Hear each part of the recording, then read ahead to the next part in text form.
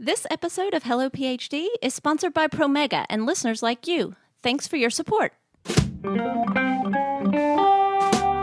Welcome to Joshua Hall's 15-minute PhD, or your money back. $99.95. I still can feel the anxiety of not knowing if it was going to be another year or 2 years or 3 years. Welcome to Hello PhD, a podcast for scientists and the people who love them. This week, we imagine a world where every PhD student finishes in 5 years. Stay with us.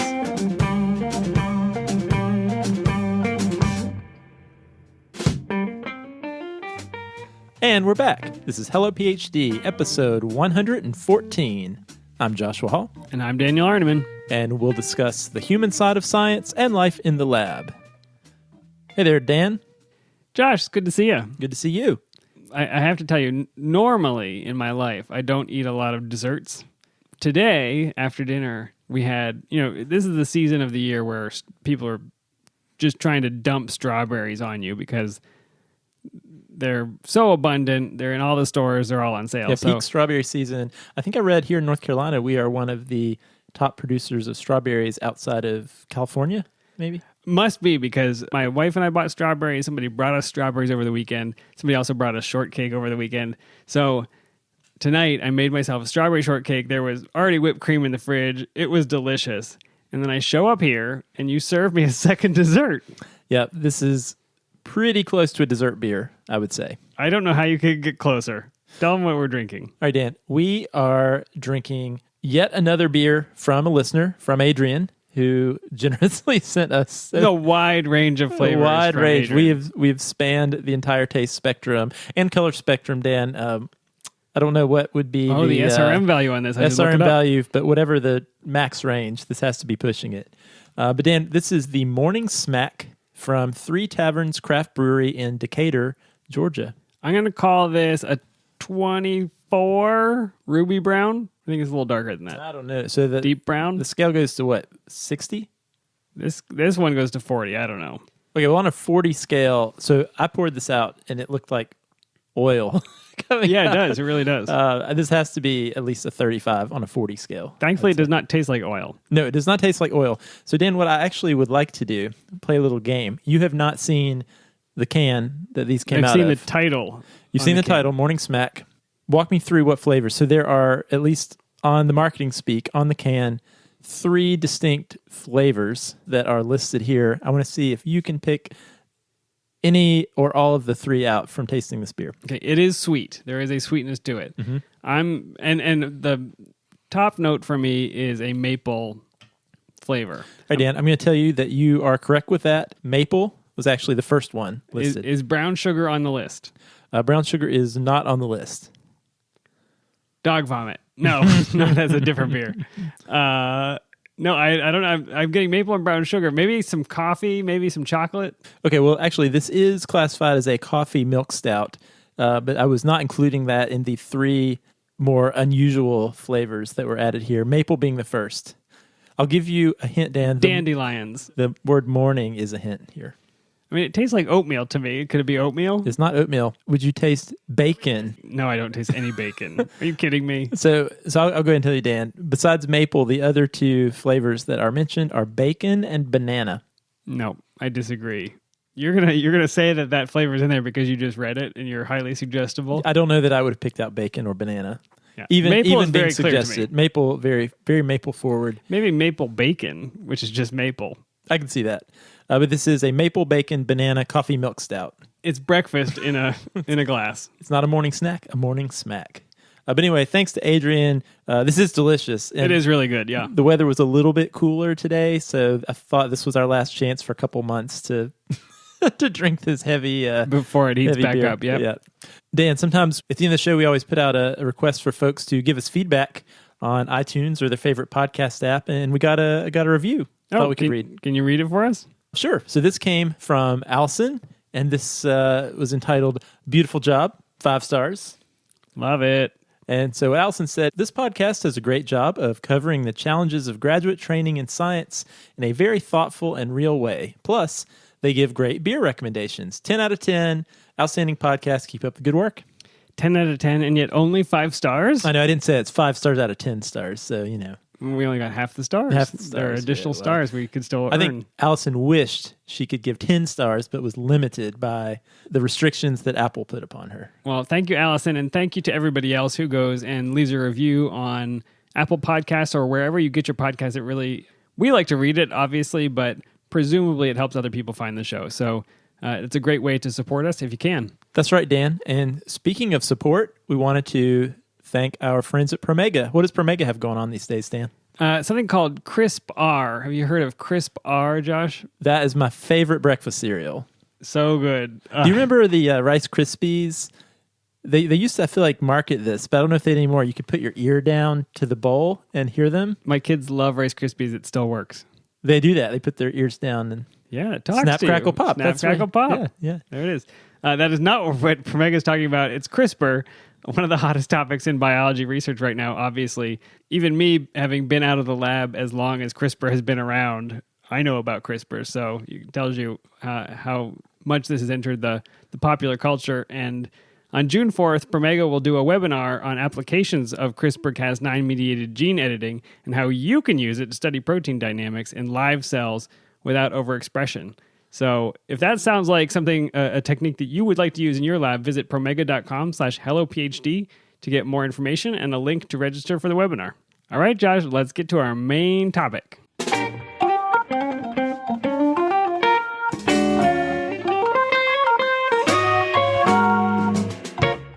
Hey, Dan, there was this thing going around Twitter last week where there was this call for posting your most controversial viewpoint that you believed in your heart to be true. So a lot of really funny, great responses. But for some reason, Dan, the thing that came to my mind was something that we talked about, I know, many episodes ago. Turns out it was 3 years ago. And that was the idea that PhD training could possibly last a fixed amount of time. That was the most controversial thing you could think of?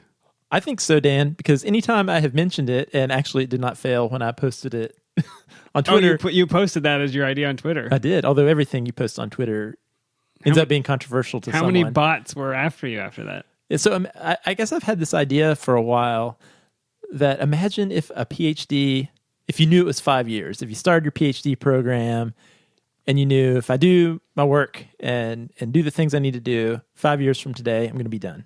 What would that be like? I'm still step back with me 1 second, because you put this on Twitter, and if you said it in public at a research university, I can predict how shrill the responses would be from the faculty members that would say, but they'll never learn what they need to learn, and people will just warm the bench until they get their degree. And you would hear this litany of complaints. But I feel like on Twitter, it's more students who are actually suffering through the unending PhD program, and you may have gotten some support. So was it positive, negative? How did it go? Yeah, so that's absolutely true. There were almost 2 threads. One thread was absolutely from current trainees or folks who had been through the process and had an experience where that indeed was stressful. So there was a lot of support from the idea from people who were currently feeling a lot of trepidation about when they were going to finish their training right now and uncertainty about when that date was going to be. And then others, Dan, who I think remembered quite well their feeling during their training in the past about that uncertainty. And Dan, I think you have some experience with that too. Yeah, well, you and I, many, many years ago, way back in 2016, had a conversation about this. And I think I was the shrill protester those many years ago, because it just seemed outlandish to me to think that system would work. So why don't we play back that conversation that we had in 2016? And then what I'd love to hear is, I think my views have changed a little bit, maybe because you've been working on them. But I'd love to hear how your views have changed. Well, why don't we just go through and flesh this argument out? So we're going to play this discussion that we had 3 years ago, and then we'll jump back in and see how we feel today.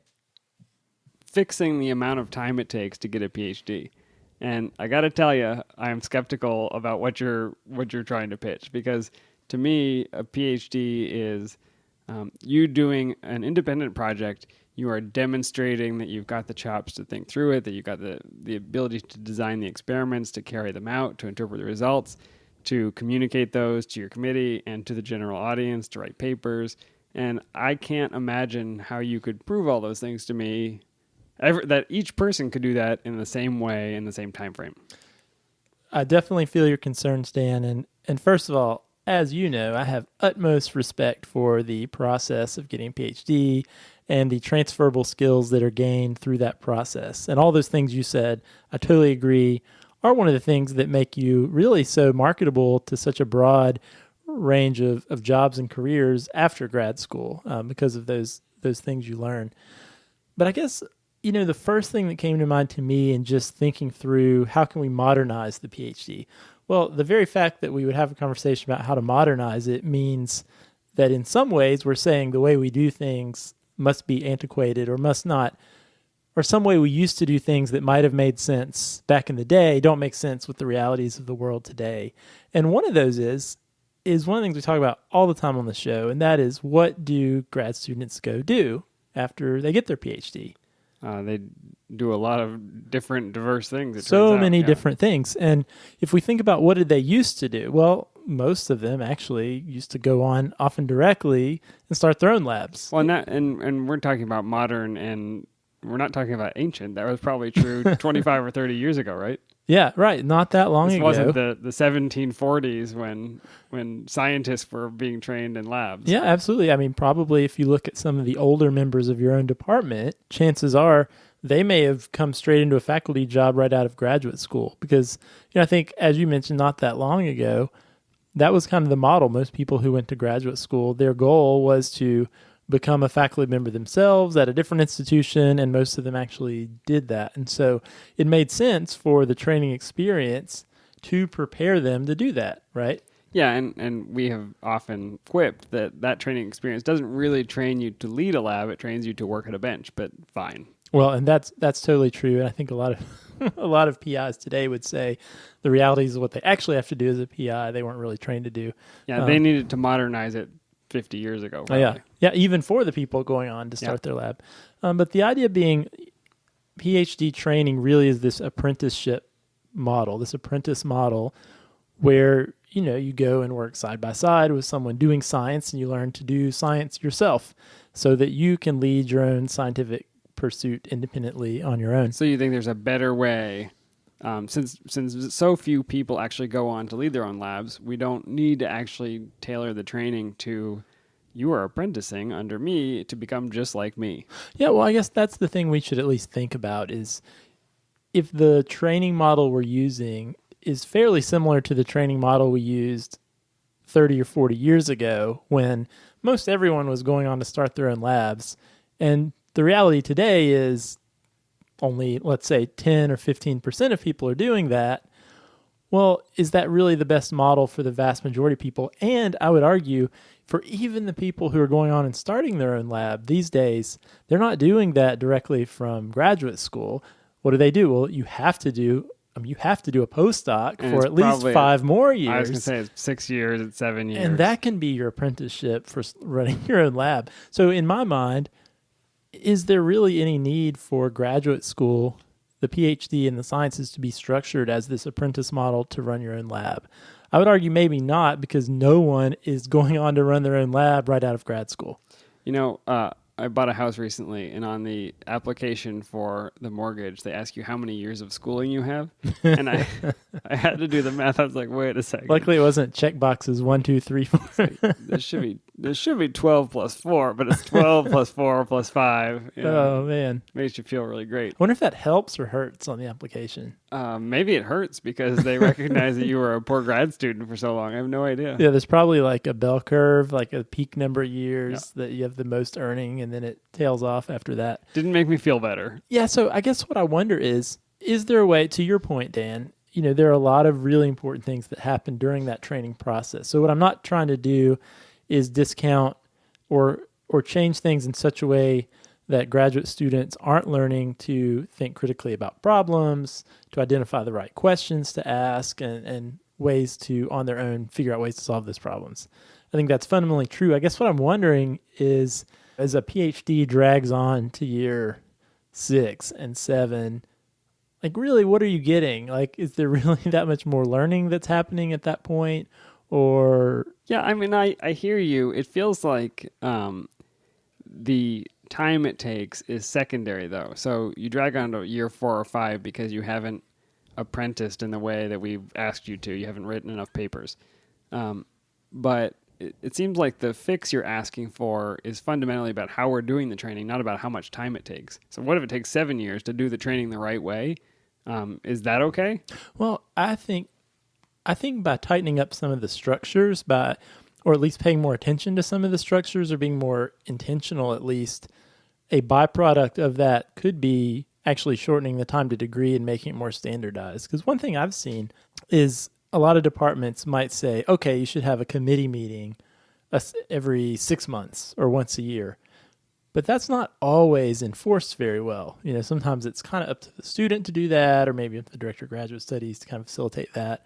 But in a lot of situations, in a lot of departments, there's no one really paying a lot of attention, or no one really prodding students and making sure, okay, let's make sure you've had those meetings. And it's easy for months to slip into years, and no one's really overseeing that process. I guess if you think about medical school or dental school, or really any kind of school besides graduate school. I love thinking about medical school and dental school. Like, there's something about knowing the day you start medical school. Yep. You know what day you'll be done. Like, if you do all the things, right? If you pass the classes, you pass the classes, take all the practicums, do all the stuff you're supposed to do. Me and all these people here with me, we will all have our MD degree on this day 4 years from now, right? And it's a lot of work, right, to get there. It's not trivial. Ton of work. Yeah, you don't get a lot of sleep during that period of time, but yeah. Yeah, and I guess I wonder if let's imagine there is a general 5-year timeline for the PhD. You could still come in during that first year. You could still do your rotations, choose a lab. That's all the same. You join your lab. And now let's say, because there's this fixed time point, there's a little more incentive for the department, and actually for you as the student, to stay on top of your progress. And so yourself, Dan, if you were presenting at lab meeting, like that week before, would be super productive because you knew you had this thing coming, or you're getting ready to go to a meeting. Could do more experiments in 1 week than I would do in a semester. Yeah, of course. I had to, yeah. But because you had this thing coming up. So let's say the departments were much more diligent about saying, all of our students, you have to have a committee meeting. You will have a committee meeting once per semester. Therefore, every student, their progress is being much more carefully monitored. They're getting advice much more consistently. And the fact that they're working on this finite timeline, I would argue, and we've talked about it on the show before, one of the main reasons students lose motivation is because at some point, you get 4 years in, you can't see the end. And it's like, well, who cares if I do this gel today or tomorrow? I mean, big deal. But if you got this deadline kind of hanging over your head, you're going to constantly be motivated because you've kind of got this finite end date when you know this is going to be over. It's fair. I like the idea of the fixed committee meetings. And I suspect that if you're going to draw the parallel to medical school, then you also have to accept that that committee meeting may end with, we don't think you're actually going to make it. You're not cut out for this. Or I think people are released from medical school when their grades suffer. They have a meeting with some faculty members, and the faculty assess their progress and say, look, you've got one more semester or something to make this work. Otherwise, we can't keep you.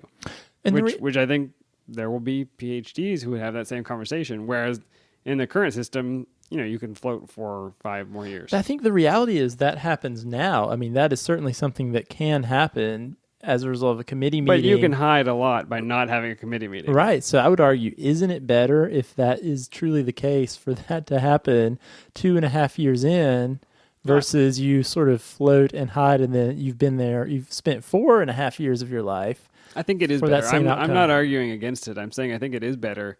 I think it's going to be painful, but it will identify it much earlier in the process for sure. Yeah, and if we think about the end, because one thing that I will acknowledge, one thing that's a little different, fundamentally different really, between graduate school and something like medical school is you are trying to produce science. You're trying to produce research and results, and that doesn't. Something new.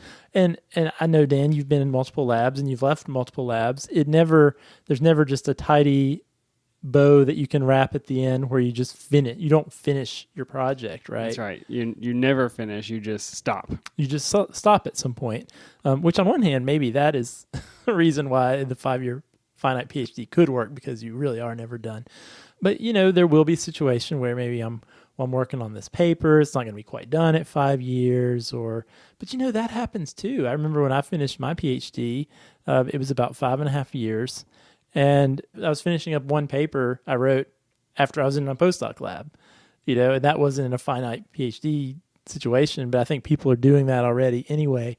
And I think what you can do too is there could be some flexibility built in where, let's say, at the end of graduate school, I think I want to go on and be a PI. So it's going to be really important for me to get more papers if I can. That's useful currency. Right. So maybe it'll exist some flexibility where I can stay if I want to and try to finish up this last experiment, this last paper or whatever. But if you want to go on and do business or science writing. You go ahead and be a masochist. I'm getting out of here. Yeah, but the thing about that happens to a lot of people out there. We know a lot of people go on to different careers after graduate school. What is being gained from them just because there's this hurdle of, I have to finish this paper before they let me graduate? It's not useful to them for their career, because having that paper is not useful currency for the thing that they want to do. It's true. It's probably not that useful for the PI. It would probably be more efficient for the PI to cut that person loose and let somebody who's really more motivated to be there and finish it up. It's funny you bring that up. The last paper I published in grad school, we collaborated with another lab, and I worked pretty closely with this other guy. And we could have argued over who got first author, because I think we had about an equal number of figures in the paper, and we had kind of thought of it and worked together on it. I didn't expect to need first author papers, so I didn't talk about it. Who cares? And no one has lately asked me whether I have any first author papers, so I guess I'm okay. There you go. So it wasn't important to you. Yeah, but let me nail you down here, Josh, on some more specifics. So you talked about having committee meetings regularly and on a fixed schedule. I like that. Do you see this still being project-based? Is it still that I come in and we identify some realm of science where I can push the envelope and I work on it for that fixed 5 years and I'm done? Because if that's the case, if it's still that project-based thing, I'm not going to pick a mouse lab. We had a knockout mouse. If it were a fixed time period, that would have been a terrible idea. Well, those happen a lot faster now. Everybody go to flies. But isn't that the case now? I mean, is it true people who go to a mouse lab graduate way slower than people who go to a fly lab? I have no idea. We should find out. We should find out. I guess what I would argue is, if that were a big deal under the current system, where there is a very open-ended end date, if people were super hyper concerned about getting done faster, that would select for people running away from these from mouse labs and run to model systems like worms or flies. And that's not happening. If anything, I think people would be more likely to choose maybe some of these more involved systems if they knew they weren't going to be stuck there forever. That you wouldn't be tied to the phenotype. It looks like it's embryonic lethal. Sorry, no degree for you. Yeah, and I guess what I'm trying to get at, Dan, more broadly, is an issue with graduate training is, again, to use the comparison to medical school, which is not a great comparison because they're fundamentally different. But really with any other kind of school, you can fill in the blank. If you and I start the same medical program, our experience is going to be pretty similar, right? We might take a couple different classes or whatever. But for the most part, for me to get my MD and for you to get your MD, it's going to be pretty much the same. For graduate school, we actually did. We went to the same graduate school. We entered the same PhD program. I remember. But no two graduate experiences are alike. They're vastly different depending on the lab you choose at the time you choose. And also, even if we chose the same lab, there were 3 graduate students who joined my lab around the same time. We all had vastly different experiences because even our projects within that same lab were so different.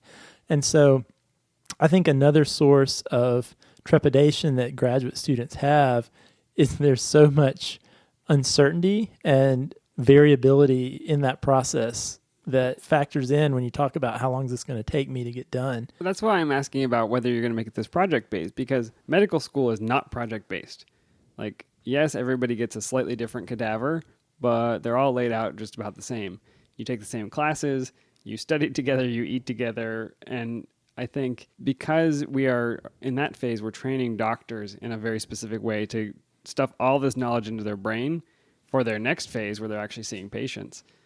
It can be the same, but for an exploratory research career, is it possible to tie it up in a neat bow so that everybody gets the same type of experience? I'm not sure it's possible. No, you're absolutely right. And I don't want to give the impression that I'm comparing PhD training to medical training, because I agree with you. I think the goals are very different.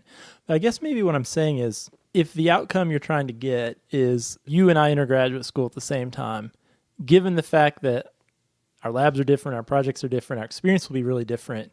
If we both spend 5 years there doing independent research, trying to figure out problems and answer questions, will we basically gain similar levels of skills, similar skills, even though the projects are different, even though the labs are different? Maybe because of part luck, maybe my projects all work the way we thought. Our hypotheses turn out the way we conceived them initially, and so I end up with 2 or 3 papers in the course of my 5 years, and I'm out. Maybe you had bad luck. Maybe you got scooped, like our friend Jessica we talked to on the show. Maybe, the hypothesis seemed like a good idea, but it didn't turn out. There were all these pitfalls you didn't perceive. You spend the same 5 years, but because of those unforeseen consequences, you have no papers, but you can't graduate because maybe there's this requirement that you have to have a publication. But does that mean until you get that publication that may be another year or 2 down the road, you haven't learned to think or to analyze the way I have just because I got lucky? Yeah, as you're talking about it, I guess we did have very different experiences, clearly. But we both are better at reading scientific papers now, and we both will notice the flaws in logic if the other person is talking about something. And we both can do certain techniques that were related to the fields we're in. So yeah, regardless of the differences in our training, we did come out with very similar skill sets, I would say. Yeah, and I think anyone who goes through this process, they are developing those skills. I think there's a time at which you really, you've got those skills nailed down, and you're probably ready to make that transition to the next thing.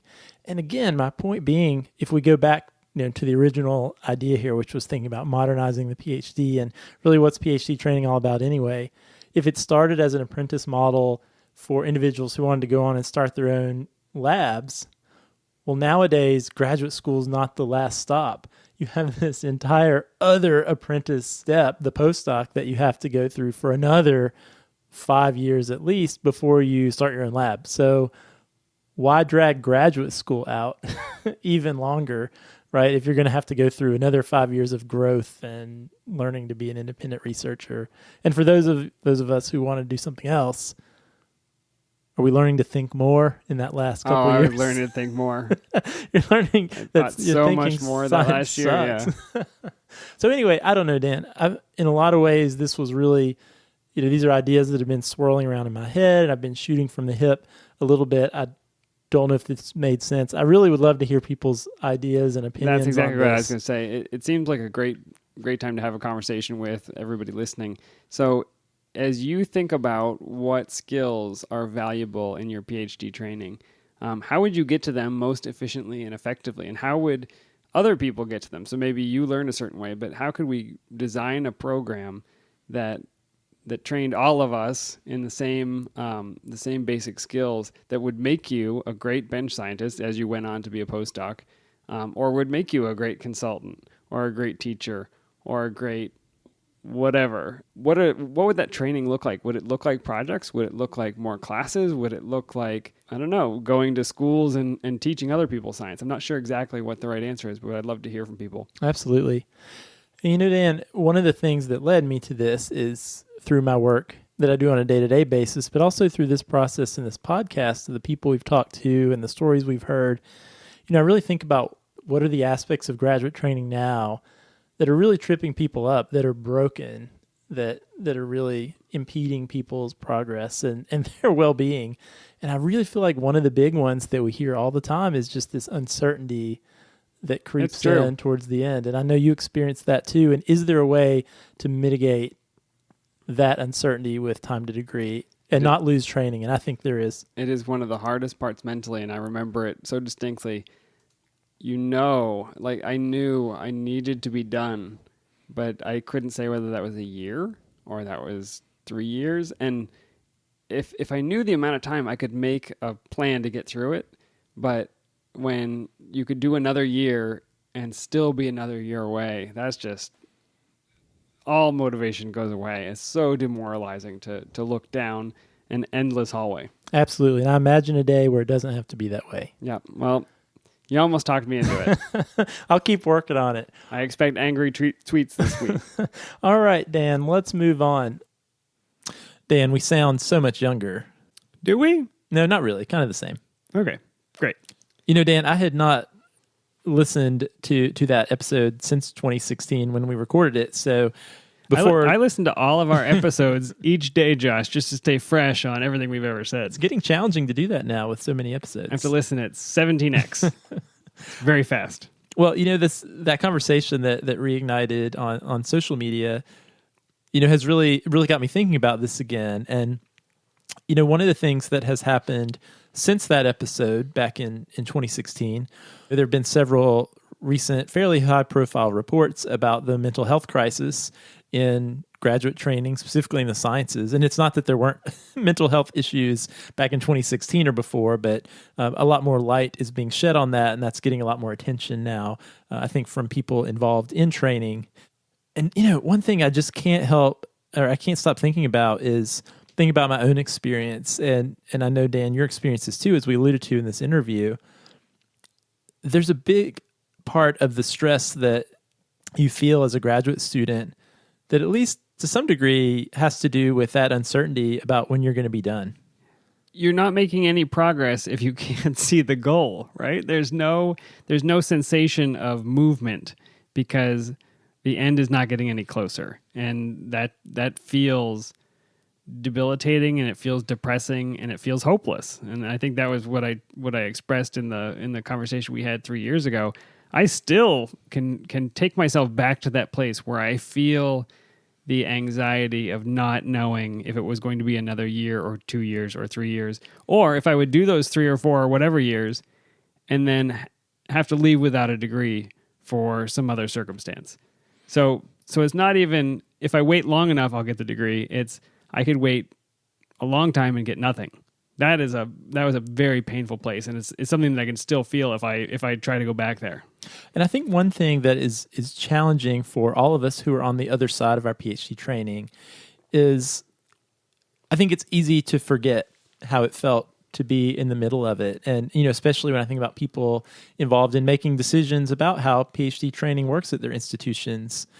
You know, it's easy, and sometimes I catch myself, like it's really easy on this side of it to say, you know what, hang in there, it's going to be okay. It's just a limited time period. It's a short part of your life. It's going to end, and that's true. Which is how it feels now. That is how it feels now, and it absolutely is true. Then. But yeah, if you can really lose that perspective of what it actually felt like to be in those shoes, not knowing when it was going to be done, and especially, you know, getting to a point where you'd invested so much of your time and energy and self into the process, and really even knowing that what you want to do or what you don't want to do, that the things you're doing day in and day out aren't necessarily at a certain point helping you move towards a path or a career that's what you want to do. And then it can be very tempting to want to step off the path altogether because your day-to-day experience doesn't really feel like it's getting you anywhere that you want to go. Can I, you know, that's one of the things that stood out to me in that earlier conversation, which is, what is graduate training for? What is a PhD for? And I think one of the sacred cows that we have not talked about is that a PhD should mean 1,000 different things. Maybe it's true that a PhD should mean you can go on to teach college, and that there should be some other training or degree or whatever for those of us who want to go out and work in business or finance or be a writer. Why is it important that that's the degree that we all get? Fundamentally, what I'm asking is, what does it mean to have a PhD? Is it for you? Does it mean that you've learned the scientific method by doing it? Is that a crystal form of a PhD to you, or do you have some other way of phrasing it? If I think about just my own experience, and I think this is what's really challenging for graduate students, especially as they're thinking about transitioning from their graduate school or from their PhD to a career.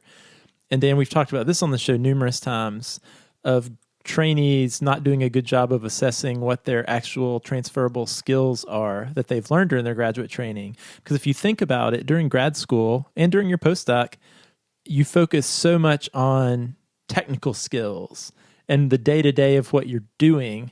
I mean, really, if you think about what you're doing, like what I was doing in graduate school was I'm doing cell culture every day. I'm doing genetics every day. I'm doing mouse experiments. That is how I'm spending the hours of my day in and day out. So when I ask myself, what am I preparing myself for? It feels like, well, I guess a job that has cell culture and genetics and animal experiments, because that's literally how I'm spending the majority of my waking hours. Which is a technician role, basically. You are technically performing the experiments. You've got to understand how they work. You are able to perform them adeptly, but again, I think you're picking up other things by designing the research project and trying to interpret the results. Absolutely. And that's what we work really hard, on this podcast. And I know, also in my role and a lot of us who are involved in helping graduate students get through their training is helping students understand those exact things you're alluding to, Dan, that you really are learning a lot of really useful and really important skills that are going to serve you well in a lot of different career contexts. Now, I guess what I think about, though, and this goes back to your point you were making earlier, your question, what's the point of the PhD then? Well, I think we would agree, and a lot of people would agree, that the point of a PhD is certainly not to learn these technical skills, but is to learn these critical thinking skills, these analysis skills, these abilities to look at the world, identify problems, ask the right questions, and know how to approach solving these problems to answer these questions. But at what point do you get there, and how do you assess that? Papers. It's just papers. Well, and that's the requirement for a lot of PhD programs are papers. It is a physical manifestation, presumably, that if you have a high authorship on a paper, that you have had to think critically, that you've had to come up with a hypothesis, that you've had to research the literature of what's been done before you, that you've had to design and carry out experiments.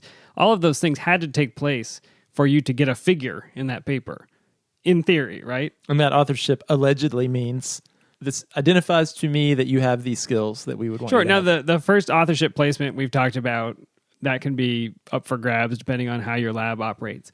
But to be on the paper, I think that's a physical representation that you have taken many of those steps. Do you feel that papers are the best measure, or do you think there's something else? I don't think papers are the best measure, because if they were, then you might interpret that, okay, I had 3 papers and you had 1 paper. So I learned my PhD skills better than you because I had more papers. That may be true. So this is not a good example, but no. But I mean, I don't think anyone would say that's true. To your point, there are 2 things that have to be true to get a paper. 1, you have to have gone through all the steps I just mentioned, and 2, your project has to have worked out in a lucky or well planned out way. Take your pick of how that works. So I could have done the same amount of work, the same amount of research, and my hypothesis was either incorrect, or my mouse died, or whatever it is. Or you got scooped. Bad luck, or I got scooped. I had negative results that we just don't get to publish. So I've done the first 99% of that process, but the 1% didn't work out, and therefore I don't have anything in my hand to say, oh, I'm actually a scientist too. No, you're absolutely right, Dan. And I think this is a really complex and nuanced issue. This reliance on papers, especially as a graduation requirement, because something else we actually talked about in the series 3 years ago when we kicked off this discussion, we were talking about ways to modernize the PhD, and we talked about this fixed length time to degree. But one of the other things we talked about was the importance and the promise of team science and some of the challenges that arise with the academic science model, where a graduate student really needs to have an independent project. They need to have their own paper. So there's really this incentive for you as a trainee. Well, I have to get a first author paper. I have to have something that just I'm doing on my own, and it's up to me to drive it to the finish line so I can move on with my life. But that's not necessarily the best way to do science or to learn. Well, and also that's not necessarily how science works out in the real world, in industry situations, in business environments. But with these graduation requirements tied to these individualistic goals, you really don't have a choice as a trainee whether or not to pursue those. So I don't know that science benefits with this way of doing things either. Josh, have you had any... So when we talked about this before, and we've talked about it even today, there's a lot of, this doesn't feel right, this unlimited length, this paper focused, this you have to individually complete all of these steps and take a long time. Have you given any thought to or heard anybody talk about actual material changes that we could make today? Have you thought about any plans or programs that we could try out tomorrow to find out, is this actually a better way of measuring this? Well, I think that's one thing that has potentially changed very recently on this topic, at least from our perspective. So one thing I'd be very interested to know is if any of our listeners out there in the United States have heard of or experienced any graduate training programs, any PhD programs that operate under a finite model, under a fixed length model. I personally don't know of any, but thanks to our great community of listeners, we actually have heard from some folks who are doing their PhD training in Australia. And apparently in Australia, there's this national model, the way funding works, where PhDs are actually limited, Dan, not at 5 years, but at 3. Okay, so great teaser and great setup. We're going to talk to a student who has been in that process, and we're going to find out what it's like. What does it even mean to be done in 3 years with a PhD program? And what would that mean for the rest of us who suffered through 5+? Well, I'm really excited to hear about this 3-year PhD thing, because that's going to make my super controversial 5-year PhD seem completely conservative. You're going to have in to dig down comparison. to a 2.5 year. Oh, well, 5 years. That sounds like an eternity. Welcome to Joshua Hall's 15-minute PhD, or your money back. $99.95. Oh, call now and get a second PhD. Dan, one last thing I wanted to say that has been really eye-opening to me, as you know, and I think we've talked about on the show. I've been really active in research on graduate admissions and have been fairly vocal advocate for graduate programs moving away from the GRE and standardized testing with regard to graduate admissions. Given the fact that once we started actually collecting data on some of our processes that we've used for decades, it turned out that maybe the way we'd been doing things wasn't really rooted in actual facts based on what we were trying to assess. But one thing I encountered as, even I went about presenting some of our data, and not just our data, but data from a growing number of other folks, is that academics are very resistant to change, even in the face of new information and new data that contradicts long-held beliefs. And it's because they believe that the rigor of the program and the length of time it takes are the same thing. Is that right? I think so. And I think this is a good thing, but I think faculty and individuals who are involved in graduate training, and I include myself in this too, I think we all want to have really great training opportunities for our students. I think agreeing on what exactly that means is where the debate lies. And I guess one thing that surprised me a little bit that I noticed that tends to instantly come out when you suggest something like a fixed length PhD is that somehow by defining a definitive endpoint, that you somehow are completely reducing all rigor and standards for that program. And I don't know if this is where the definition of straw man would come in, but I don't necessarily see it that way. Of course, there would still be standards and rigor. And everyone imagines a student that they know immediately, and they think, how would this person cheat in this new system? So if you have an open-ended PhD program where you see students who never schedule a committee meeting and a year goes by and they haven't finished an experiment and they just kind of wait around until something happens. You look at that student, you say, well, that's not fair. That student is going to get a PhD, right? And so we immediately think of how are people going to cheat this system? I think what you're advocating for here is a system in which that student never gets to that point where they're not so demotivated by the prospect that they stop doing work, that they're not left to drift unendingly without oversight or check-ins with their committee. So we imagine the worst possible outcome with a student that we may know in our current program, but we don't think about how do we support those students we've kind of left behind right now. Yeah, and I'm just imagining students in a program, they get into their lab, they're having mandated 6-month committee meeting check-ins. They are motivated by the lead up to those meetings and those check-ins. They're getting advice on a timely basis, and they know what they're working towards. They've got this deadline, and they want to finish as much as possible by that end date. I'm just thinking for me personally, Dan, I would have gotten even more done probably in that shorter length of time, knowing that it was coming to an end. And as far as planning my transition, a lot of students get really lost in that no man's land uncertainty of the end date. But it would really force I think it would force a lot of students to really engage with their career transition and what they wanted to do, knowing that it was actually coming at a specified period of time. It's not going to sneak up on you in the same way. Yeah, so settle down, critics. He's not talking about everybody just getting a PhD for sitting in a seat. But what I'm really excited about, Dan, is what you alluded to, finding out that I am actually not a completely crazed lunatic. Just mostly. So, Dan, I'm so glad by some miraculous convergent evolution that a lot of these really crazy radical ideas that we discussed 3 years ago actually happen in a faraway land called Australia. Notably a place with echidnas and platypi. It's a crazy place. It is. Let's Yeah, a just lot be of weird real. things going on there. Egg-laying mammals. It's not 3-year PhDs. It wouldn't be the place that you would start your march toward a 3-year PhD, but the fact that they're doing it successfully, we'll find out more about it in the next episode. That's right. So be sure to tune in then and find out about how you too could get your PhD in 3 years.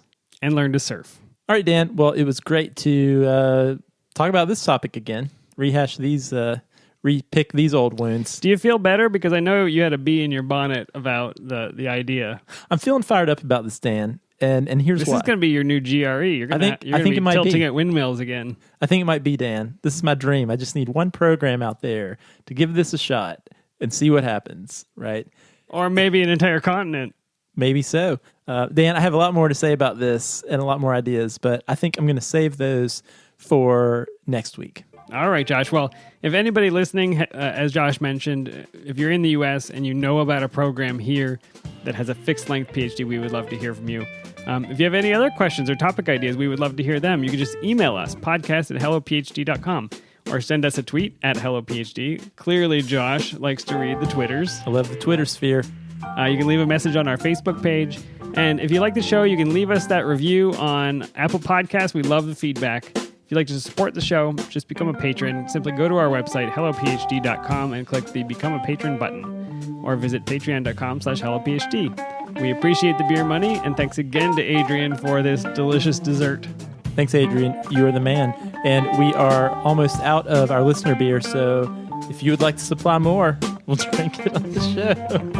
that Say your sounds like name begging. 3 weeks in a row, right? All right, Dan. It's been fun as always, and we'll talk to you next time. Can't wait. See you then.